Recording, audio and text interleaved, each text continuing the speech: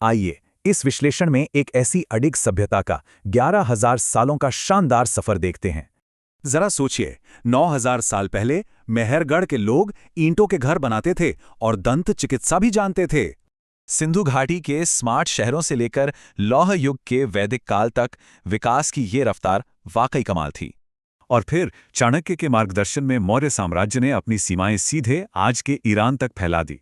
गुप्त काल के स्वर्ण युग ने ही दुनिया को शून्य का ज्ञान और कभी जंग न लगने वाला लोहा दिया। एक तरफ नालंदा जैसा ज्ञान का समंदर था, जिसे आक्रमणकारियों ने पूरे 3 महीने तक बेरहमी से जलाया। गजनी जैसे लुटेरों ने 17 बार हमले किए। यह इस सभ्यता की आत्मा और संपत्ति पर एक गहरी चोट थी। उधर चित्तौड़गढ़ में 16,000 वीरांगनाओं ने दुश्मनों के हाथ लगने के बजाय जौहर की पवित्र अग्नि को चुन लिया। लेकिन ये लौ बुझी नहीं। संस्कृति को बचाने के लिए दक्षिण में बेहद समृद्ध विजयनगर साम्राज्य उठ खड़ा हुआ।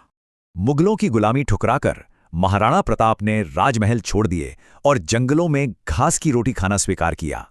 उनका वफादार घोड़ा चेतक भी कमाल था। राजा की जान बचाने के लिए उसने 25 फुट लंबी छलांग लगा दी। शिवाजी महाराज ने आम किसानों को योद्धा बनाया और अचूक गोरिल्ला युद्ध नीति से मुगलों को हिला के रख दिया। उनके बेटे संभाजी ने 40 दिन की भयंकर यातनाएं सही, लेकिन अपना धर्म और स्वाभिमान कभी नहीं छोड़ा। फिर आए अंग्रेज। उन्होंने फूट डालो और राज करो की कुटिल चाल से राजाओं को लड़वाकर इस अर्थव्यवस्था को लूटा। खैर, 1857 के विशाल विद्रोह ने आज़ादी की चिंगारी भड़का दी, जहां सैनिकों और रानियों ने मिलकर मोर्चा खोल दिया। दशकों बाद सुभाष चंद्र बोस जैसे नायकों ने खून के बदले आज़ादी का नारा देकर पूरी सेना खड़ी कर दी।